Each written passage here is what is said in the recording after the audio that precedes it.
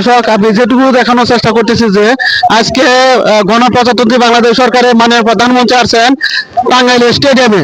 এই বর্তমানে স্টেডিয়ামটি লোকে লোকারণ্য, যা দেখানোর চেষ্টা করতেছি। বর্তমানে মাননীয় প্রধানমন্ত্রী জননেতা তারেক রহমান কৃষকদের মাঝে কৃষক কার্ড এবং প্রত্যেকের জন্য একটি করে গাছ বিতরণ করছেন।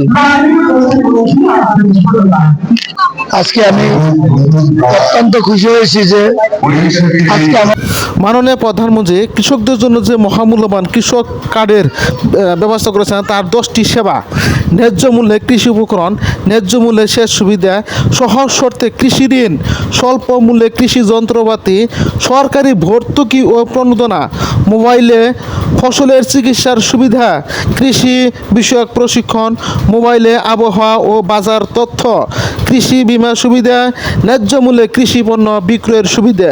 এই 10টি সুবিধা পাবে একজন কৃষক এই কৃষক কার্ডের মাধ্যমে। সম্মানিত দর্শক, এখন মাননীয় প্রধানমন্ত্রী কৃষক কার্ড উদ্বোধন করবেন। আমরা সরাসরি সেখানে চলে যাচ্ছি। এখন বলেন 1 2 3 বিসমিল্লাহ।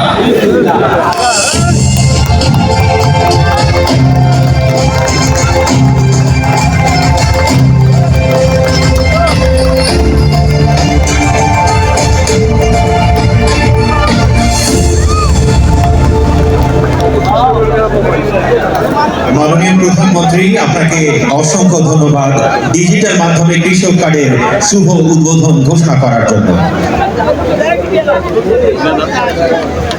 এ পর্যায়ে 15 জন কৃষানীদের মাঝে কৃষক কার্ড ও গাছের চারা বিতরণ।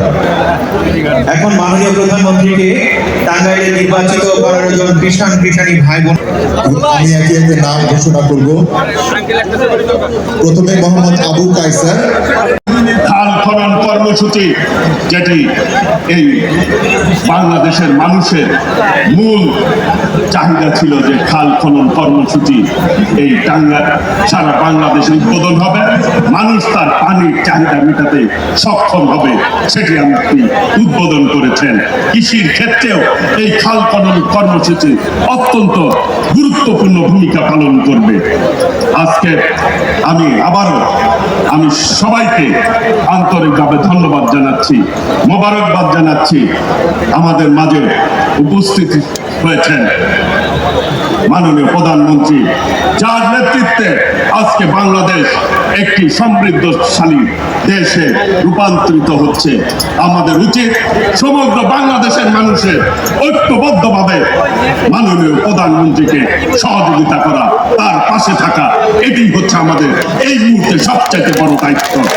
সবাইকে আবারও এই প্রখর রৌদ্রের বৃষ্টি উপেক্ষা করে, গতকাল ভোর রাত্রে থেকে এখানে বৃষ্টি হয়েছে।